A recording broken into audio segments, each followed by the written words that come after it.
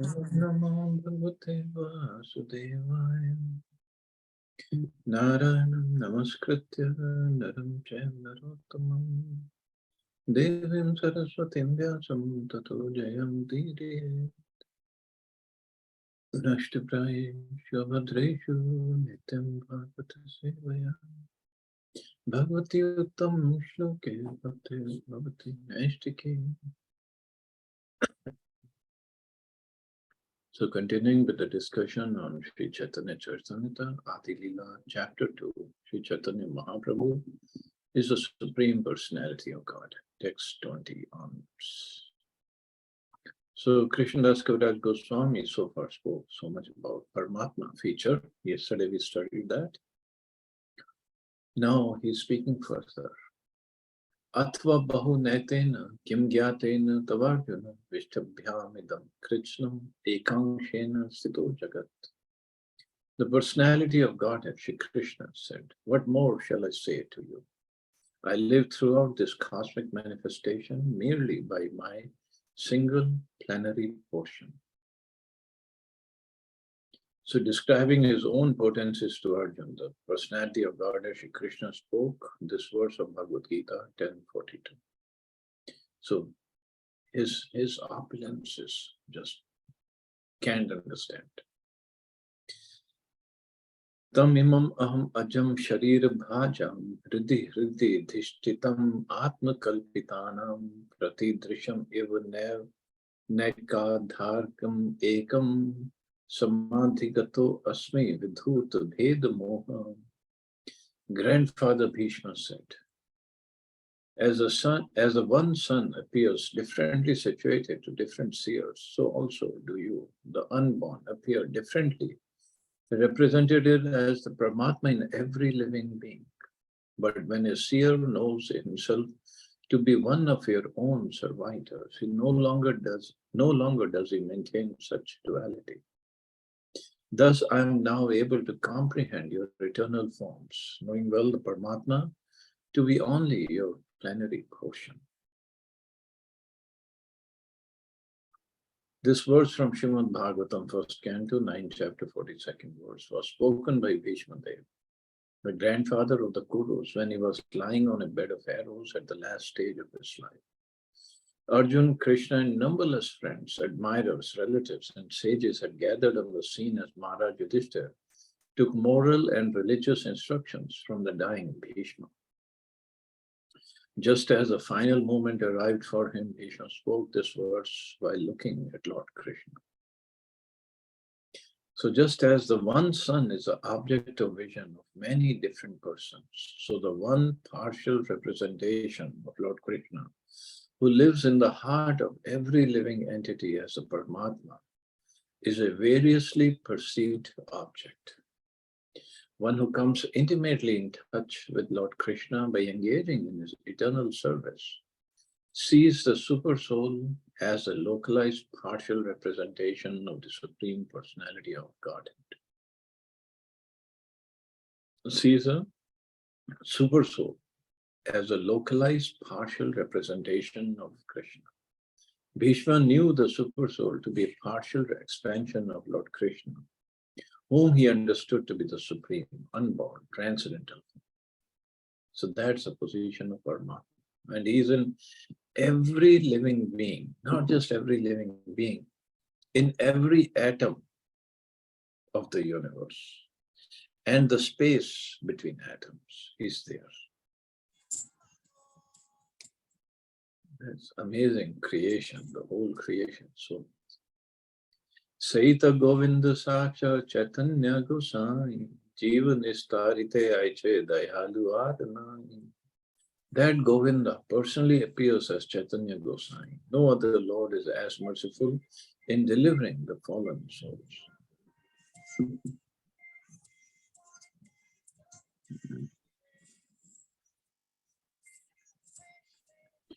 So no other incarnation is as merciful. Having described Govinda in terms of his Brahman and Paramatma features, now the author of Sri Chaitanya Charitamrita advances his argument to prove that Lord Sri Chaitanya Mahaprabhu is the identical personality.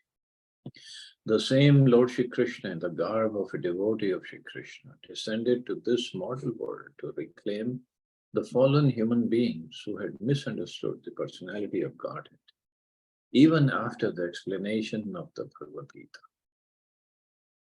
So the same Lord Shri Krishna, in the garb of a devotee, or in the form of a devotee of Shri Krishna, descended to this mortal world to reclaim the fallen human beings who had misunderstood the personality of Godhead, even after the explanation of the Bhagavad Gita. So he came in the form of a devotee. That's why it's called Channa Avatar. Channa means covered incarnation. In the Bhagavad Gita, the personality of God as Shri Krishna directly instructed that the Supreme is a person, that the impersonal Brahman is his glowing effulgence, and the Paramatma is his partial representation. All men were therefore advised to follow the path of Shri Krishna, leaving aside all mundane isms. Isms means socialism, altruism, humanism, whatever. Just leave it, just follow. When Krishna says Sarva Dharman Parityaja, that's what we have to do. Offenders misunderstood this instruction, however, because of their poor fund of knowledge. Thus, by his causeless, unlimited mercy, Shri Krishna came again as Shri Chaitanya Gosai. The author of Shri Chaitanya Charitamrita most emphatically stresses that Lord Shri Chaitanya Mahaprabhu is Shri Krishna himself. He is not an expansion of the Prakash or Vilas forms of Shri Krishna. He is a Swayam Rupa Govinda. Apart from the relevant scriptural evidence forwarded by Srila Krishnadas Kaviraj Goswami, there are innumerable other scriptural statements regarding Lord Chaitanya's being the Supreme Lord himself. So the following may be cited. First, from the Chaitanya Upanishad, it says, Lord Gora, who is the all-pervading super soul, the supreme personality of Godhead, appears as a great saint and powerful mystic who is above the three modes of nature and is an emblem of transcendental activity. Shvetashvatar Upanishad also says, O Supreme Lord, you are the Supreme Maheshwara, the worshipable deity of all the demigods and the Supreme Lord of all lords. The Supreme Personality of Godhead is Mahaprabhu, who disseminates transcendental enlightenment. Just to be in touch with him is to be in contact with the indestructible Brahma Jyoti. And other so many quotes Prabhupada has given. In fact, this was discussed, I think, in Bhagavatam, when Krishna was referred to as Tri-Yoga, or Supreme Lord is called Tri-Yoga. Tri-Yoga means appears in three yogas. And this is what Sarbhum Bhattacharya, when Chaitanya Mahaprabhu was in Jagannath Puri, and Sarbhum Bhattacharya was guru of Maharaj Prataprudra, and he took Chaitanya Mahaprabhu to his house. His brother-in-law, Gopinath Acharya, he knew the position of Sri Chaitanya Mahaprabhu as Supreme Lord. But Sarbhum Bhattacharya was a Mayavadi scholar and he could not understand. And he was arguing with Gopinath Acharya that how you say he is Supreme Lord, but Supreme Lord does not appear in Kali Yuga. He is Tri-Yogi. And Gopinath Acharya said Tri-Yogi means he has 6 qualities. So 3 Yuga, 3 times 2 is 6. He appears in Kali Yuga and he cited all these verses. But then he said, Supreme Lord, he is himself sitting in your house and you cannot understand him. This is only because you don't have his mercy. That's why.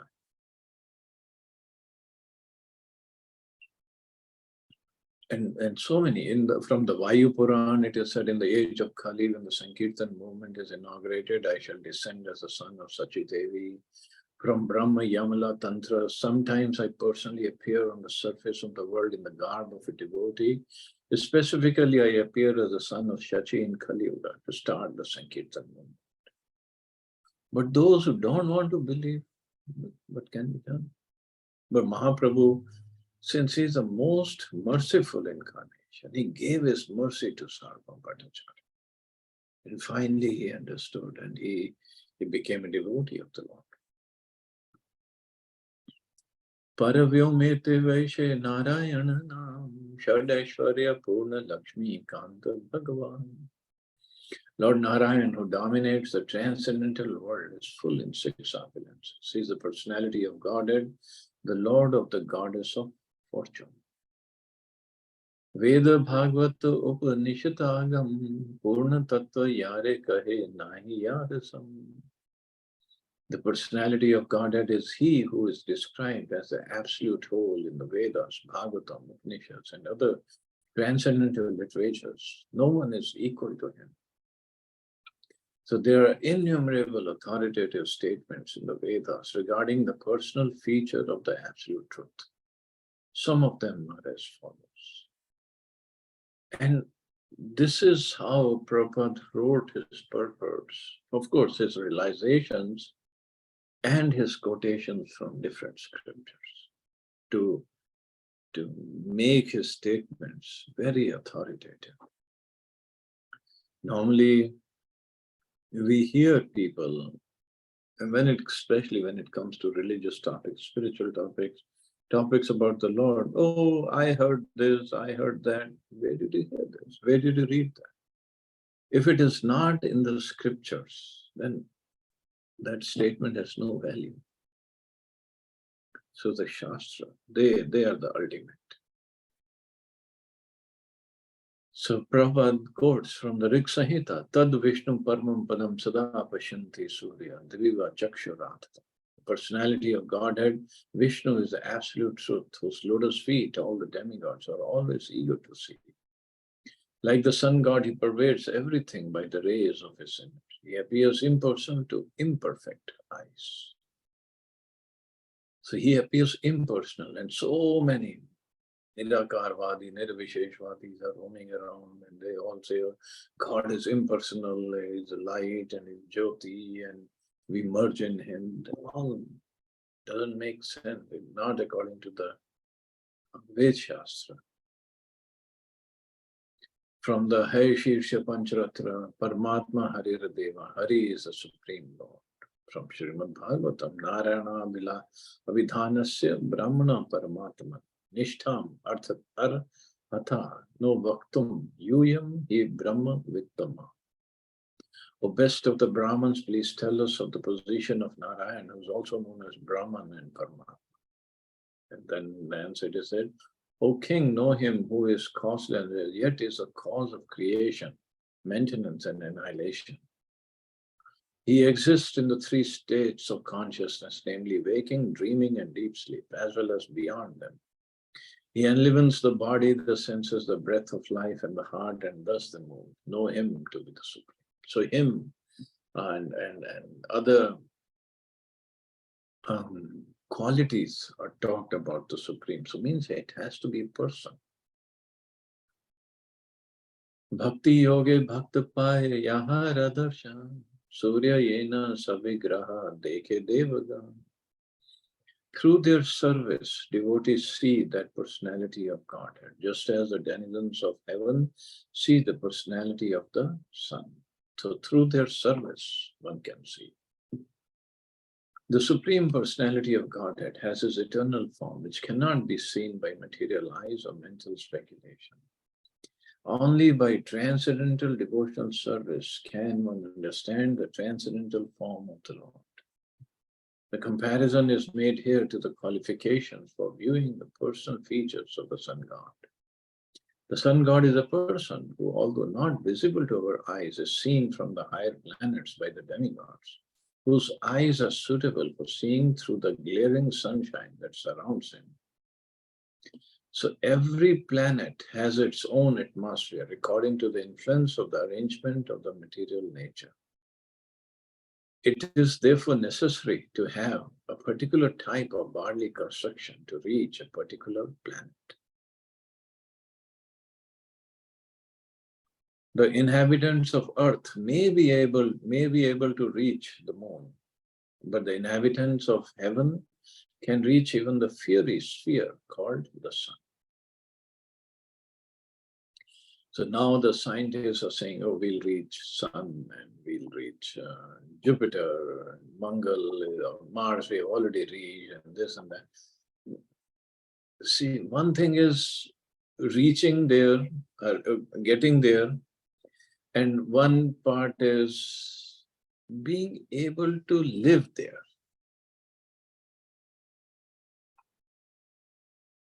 And the scientists, what they are doing is, right now, they are just sending some explorer, some machine over there.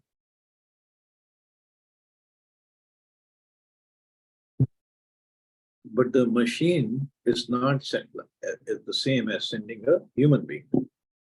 Because a human being needs the proper environment to be able to reach and to stay there. And the machine that they send is designed by the persons of this planet, thinking if the machine detects this, that means this. So we have our own equations that we think we can solve. But the condition there is different. So according to our machine, so our understanding, if the scientists say if you find water there, that means there is life or there was life on those planets. So this is their beginning of the equation, and then they put in all the different conditions of that, constraints.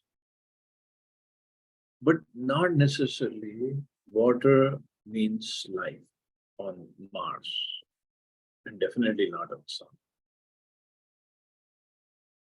So this is our condition. So that is why we have to study the scriptures, what the scriptures. So what is impossible for man on earth is easy for the demigods in heaven because of their different bodies. Similarly, to see the Supreme Lord, one must have the spiritual lives of devotional service. The eyes have to be spiritualized. The personality of Godhead is unapproachable by those who are habituated to speculation about the absolute truth in terms of experimental scientific thought without reference to the transcendental vibration. So, unapproachable by those who are habituated to speculation about the absolute truth. So, habituated to speculate. And that's what most people are. Because no knowledge of the scriptures and no bhakti. And I just said, one who does devotional service, he can approach me. The ascending approach to the absolute truth ends in the realization of impersonal Brahma and the localized Paramatma, but not the supreme transcendental personality. So this is the problem with our speculation. Our speculation is what? When the scriptures say, or like Ishopanishad that was mentioned, about the Supreme Lord, he does not move and he walks or he runs the fastest. So those two contradictions, apparent contradictions are there. It's in Ishopanishad. He is the farthest entity and he is the closest. So what happens when we read this kind of statements about the Lord? Oh, he does not walk, but he runs the fastest. So according to our experience, and then we start speculating. Oh, he does not run, he does not even walk, but he runs the fastest. In my understanding, I don't know if anybody like that. So means Because my thinking is any person who has a body cannot do this. So the Supreme Lord must be Nirakar. He is the farthest and he is the closest at the same time. I cannot think of anybody who has a body who can be the farthest and closest. So he must be Nirakar. So God is Nirakar, Bhagwan Nirakar. Ultimate is Nirakar, Nirvisheshvadi, and they are very, very happy to talk like this. Although it doesn't make sense. For them, it makes perfect sense.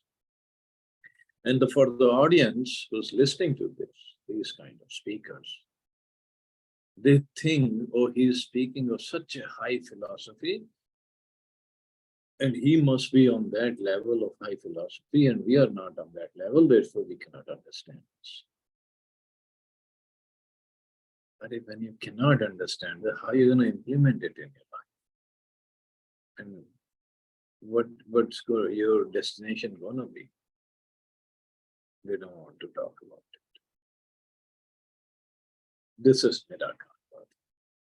Complete, as Prabhupada used the word, jugglery of words. That's what they do. And they think they're very, very intelligent. No, for Bhagavan, what is so difficult?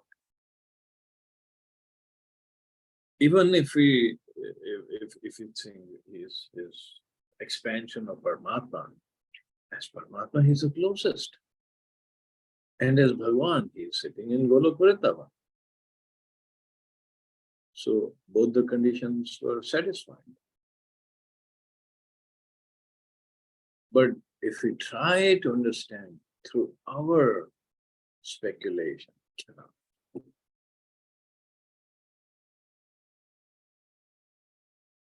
ज्ञान योग मार्गे तारे भजे यही सा ब्रह्म आत्मा रूपे तारे करे अनुभव. Those who walk the paths of knowledge and yoga worship only him. For this him they perceive as an impersonal Brahman and localized Brahman. So those who are fond of mental speculation, jnana marg, or want to meditate in mystic yoga to find the absolute truth, must approach the impersonal effulgence of the Lord and his partial representation respectively. Such persons cannot realize the eternal form of the Lord. So for that only bhakti has to be done. Upasana bhede jani Ishvara mahima ateva suryata diyeta upama. Thus one may understand the glories of the Lord through different modes of worship, as the example of the sun illustrates. Sai Narayana Krishnera Swarupa Bheda Ekai Vigrah Kintu Akara Viveda. Narayana and Shri Krishna are the same personality of God, but although they're identical, their bodily features are different. Iho tadvi bhuja itino dhare chari hath, iho venu dhare tiho chakradhika sant. This personality of God, Shri Krishna, has 2 hands and holds a flute, whereas the other Narayan has 4 hands with conch, wheel, mace, and lotus. So Narayan is identical to Shri Krishna. They are in fact the same person manifested differently, like a high court judge who is differently situated in his office and at home. As Narayan, the Lord is manifested with 4 hands, but as Krishna, he is manifested with 2 hands. So same person, but different forms and different different characters or different strengths that manifest. Narana stvam nahi sarva dehinam atmasi ati shakhila loka sakshi. Narayana angam narbhu jalayanat tatchapi satyam nataveva maya. The Lord of Lords, you are the seer of all creation. You are indeed everyone's dearest life. Are you not therefore my father, Narayan? Narayan refers to one whose abode is in the water, born from Nara, Garbha Daksha Vishnu. And that Narayan is your plenary portion. All your plenary portions are transcendental. They're absolute and are not creations of mind.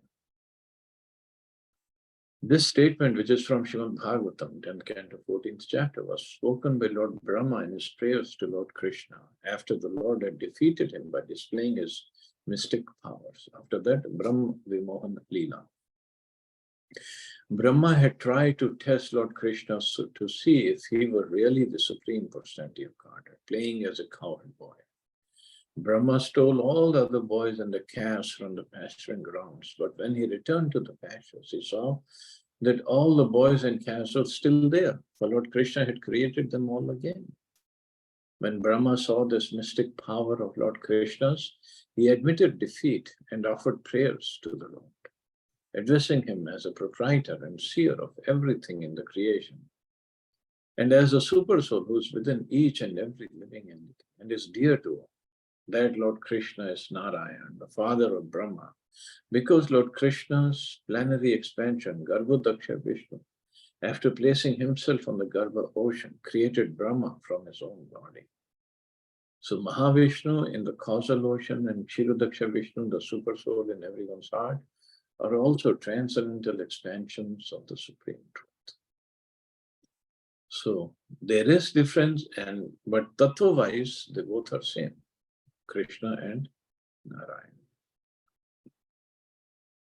So we guess we can stop here. See anybody has any questions or comments?